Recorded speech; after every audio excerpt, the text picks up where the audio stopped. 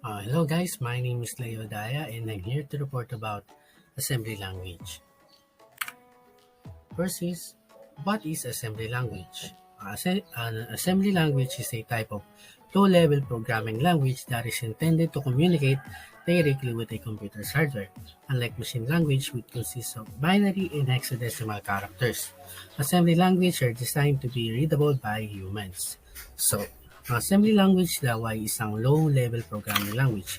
When we say low-level programming language, this is a language or a programming language that provides little or no abstraction of programming concept and is very close to writing actual machine codes.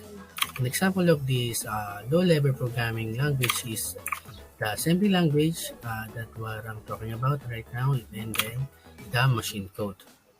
So, ang machine language ay assembly language ay designed to be readable by humans. For example here, this is the assembly language, assembler, and the machine code. So, as you can see here, na assembly language ay mas readable kaysa kay machine code. So, para naman maintindihan ng computer ang ating assembly language, gumagamit tayo ng assembler. So, ang assembler ay ang compiler that compiles code into a machine executable code. So, that's it. Next. History and background of assembly language. The next stage of programming development, which was most fruitful, is the one we are living in now. It started in the 40s with the introduction of the first assembler language.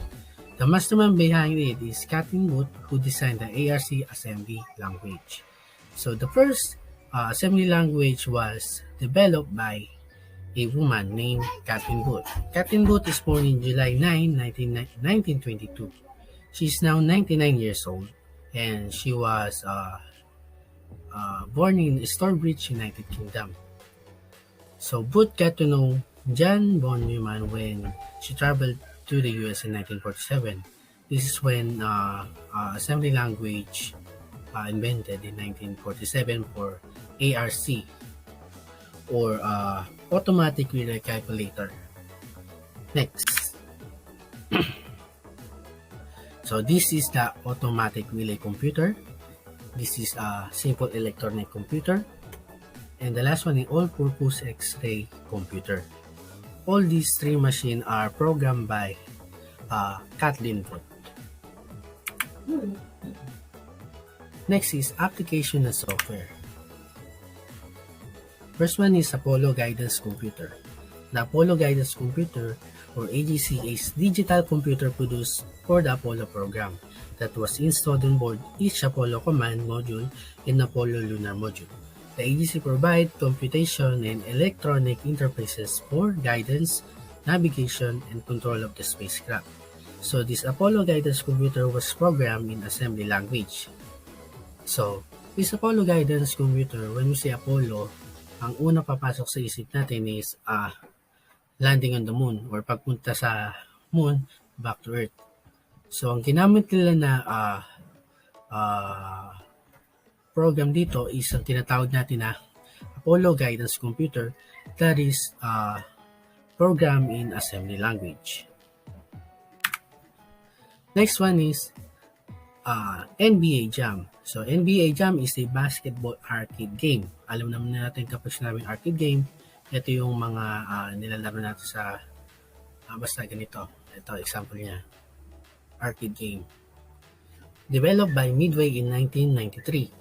It is the first entry in the NBA Jam series and was written entirely in assembly language. The main designer and programmer for this game was Mark Turner. So, this NBA Jam is written entirely in assembly language. When we say entirely, kabuuan ng code ay ginamit ay assembly language. Next, Minute OS. Minute OS is an operating system for PC. Kung sinabi natin OS, ito ay isang operating system. And it was written fully in assembly language. Katulad na nga lang ng NBA Jam kanina, ito ay fully written in assembly language din. Features nito ay including ay real-time multitasking. Tulad na lamang dito sa ating photo kung saan marami siyang nakabukas na tab or say maraming nakabukas. So, multitasking siya with multi-processor support and graphical user interface. As you can see here, ang kanyang GUI. The developer of this Minute OS was Billy M. Turganman, and it was written in assembly language. Initial release is May 16, 2000. The next one is Visual Calculator. This Visual Calculator was the first spreadsheet computer program for personal computers, originally released for Apple II by BC Corp in 1979. It is often considered the application that turned the microcomputer from a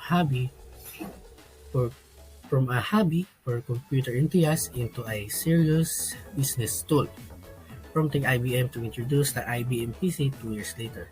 Visual Calculator is considered to be Apple's II killer app.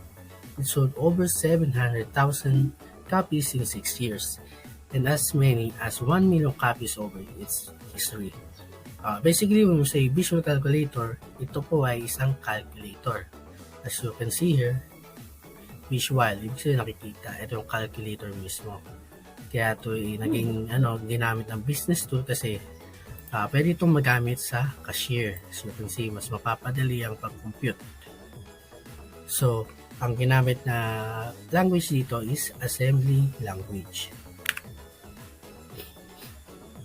The next one is CSNES. CSNES is a free software Super Nintendo Entertainment System emulator, written mostly in x86 assembly with official ports of Linux, DOS, Windows, and unofficial ports for Xbox and Mac OS. So this CSNE is a system emulator kung saan pwede ka dito maglagay ng laro. As you can see here, game, pwede kang maglagay ng game dyan at pwede ka rin maglaro ng game dyan. As you can see here, this example of game is a Street Fighter, and this is the UI of CSNES. CSNE is a video game console emulator. So next, syntax of assembly language. Assembly language basic syntax. An assembly program can be divided into 3 sections. The first one is the text section. The text section is used for keeping the actual code. This section must begin with the declaration of global _start, which tells the kernel where the program executions begin. So the syntax for declaring text section is ito po. Section.text, and the next line is global.start, and then _start, and then colon. This where the execution begins. And the next one is the BSS section. The BSS section is used for declaring variables. So the syntax for that is section.bss. The last one is the data section. The data section is used for declaring initialized data. This data does not change at runtime. You can declare various constant values, files name, or buffer size in this section. The syntax for declaring data is section.data. The next one, comment in assembly language. Assembly language comment begins with a semicolon. Semicolon, ito lagi natin ginagamit. Kung sa C++ ang semicolon ay ang closing ng isang statement, dito naman sa assembly language, ito ay ginagamit para sa comments or comment. It may contain any printable character including blank. It can appear on a line by itself. Like example, this semicolon, this program display a message on the screen, but this program display this sentence will not appear in your screen, but only in the source code or sa code mismo, nandun lang siya. For example here, dito sa ating next photo, meron tayong code dito ng hello world, and sa gilid niya ay may semicolon at may blue letters or blue sentence na nakalagay dito. Ayun po ang tinatawag natin na comment. So malinaw? Next. Syntax of assembly language statement. Ito naman po yung ginaano natin, statement. Assembly language statement are entered one statement per line. Each statement follows the following format. So ganito po ang format. The first one is label. The second one is mnemonic. The third one is operands. And a fourth is comment. The fields in the square bracket are optional. Ito pong square bracket natin are optional, lahat po ng meron yan. Optional lamang po. A basic instruction has two parts. The first one is the name of the instruction or the mnemonics. Mnemonic, ito po siya. Which is to be executed. And the second one are the operands or the parameter of the command. This is the operands. So, this the next photo here is are some example of typical assembly language statement. The first one is inc and then count. Meaning to ay increment the memory variable count. So, paano natin masasabi na ito ay isang statement? Ito po siya. Ang inc or increment ay ang ating mnemonic. And count is our operand. Maliwanag? The next one is move total, comma, and then 48. Ang ibig sabihin nito is transfer the value 48 in the memory variable total. So our mnemonic is move and the operand is total. And our separator is the comma, and the 48 is the value na ilalagay natin sa total variable or sa variable total. So next, let's try to code hello world in assembly language. Ito po siya. So let's try to code it.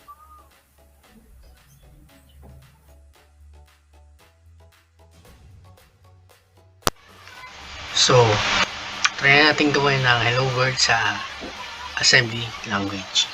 So first is section.text. And this is for our linker local. Ito kailangan to na naka-declare dito. And the next line is for the entry point or the starting point. Dito siya magi-start. Dito magi-start ng computer na mag-execute ng code natin. So ang ilalagay natin dito is set of instruction. So first is mnemonic move, and our operand is EAX. The value is 4. So para saan to? Ito ay para sa system right. We're going to call system call 4. Ang value ni system call number 4 is system right.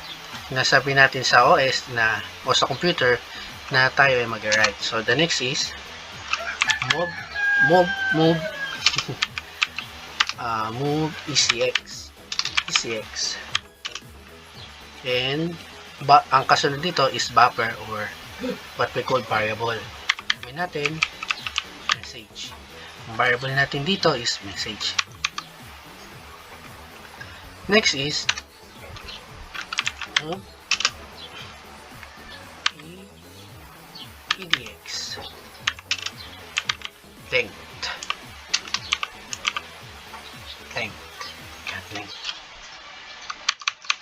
Ito naman ay para sa message length nitong message, itong kabuuan niya sa loob. Next is move EBX 1. Para saan naman to? This is for file decryptor. Para saan ang file decryptor? meron tayong standard file stream para sa file descriptor.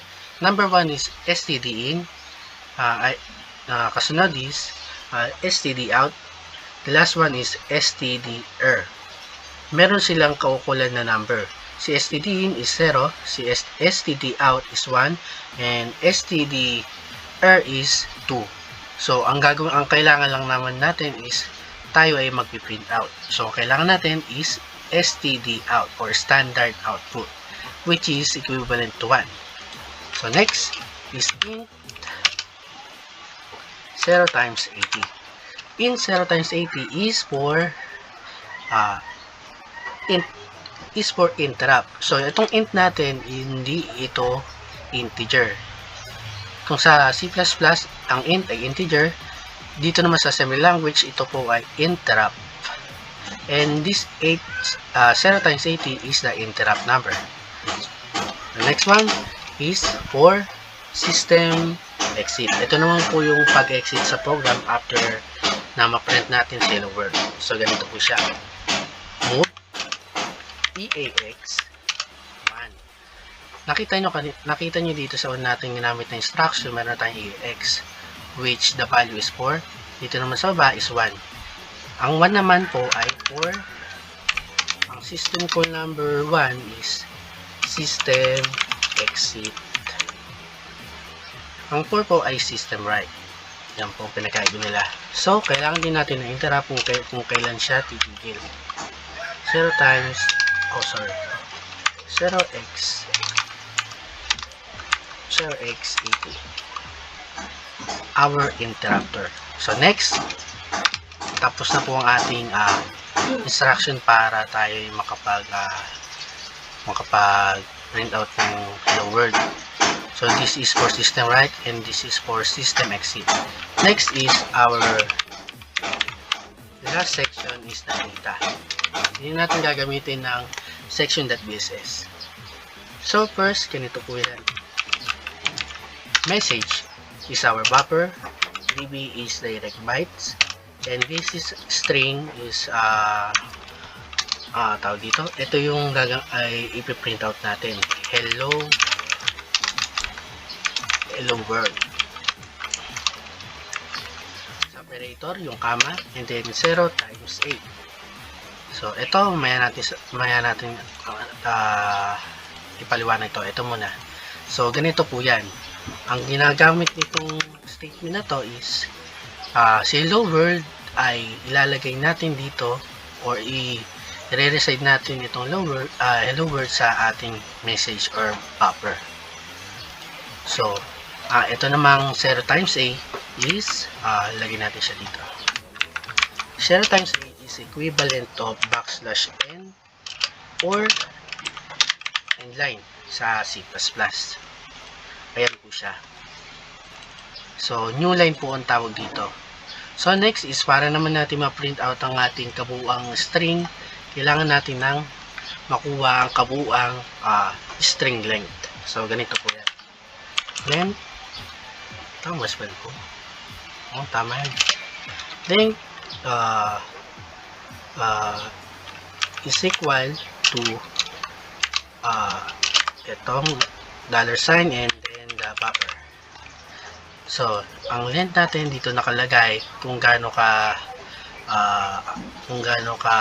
kung ano ang total length ng ating message o yung nasa loob nito, which is hello world. Equal sign naman dito sa assembly language is EQU or pinaikli lang na equal. Si $sign ng ibig sabihin nito is current address and minus message address. So, kailangan natin to para makapag-print out tayo ng kabuuan na itong ating string. So, let's try. Ito na po yung kabuuan ng code ng hello world sa assembly language. So, let's try to execute it. Dito po natin makikita sa result kung tama ating code. So, tama ating code. Hello world. Pwede natin palitan. Baka sinasabi nyong mali. Lagay natin. Tama. Here. Tama po ang ating code. Thank you. Hanggang dito na lang po. Thank you.